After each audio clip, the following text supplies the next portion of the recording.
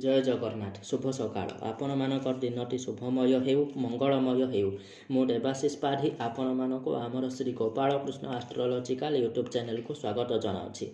आज विशेष तथ्य उपस्थापन होछि डिसेम्बर 2024 धनु राशि मासिक राशिफल। धनुराशि जन्मित व्यक्तिविशेष मानक एही मासटी आदौ भी शुभजनक नुह। बहुत घात प्रतिघात दे गति करने पड़िपारे।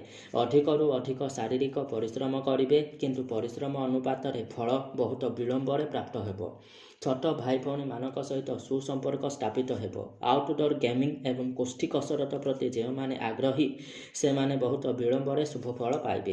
कैरियर प्रति बहुत अशुभ संकेत रहुअछि। अनेक गुड़े घात प्रतिघात दे गति करबाकू पड़िबो।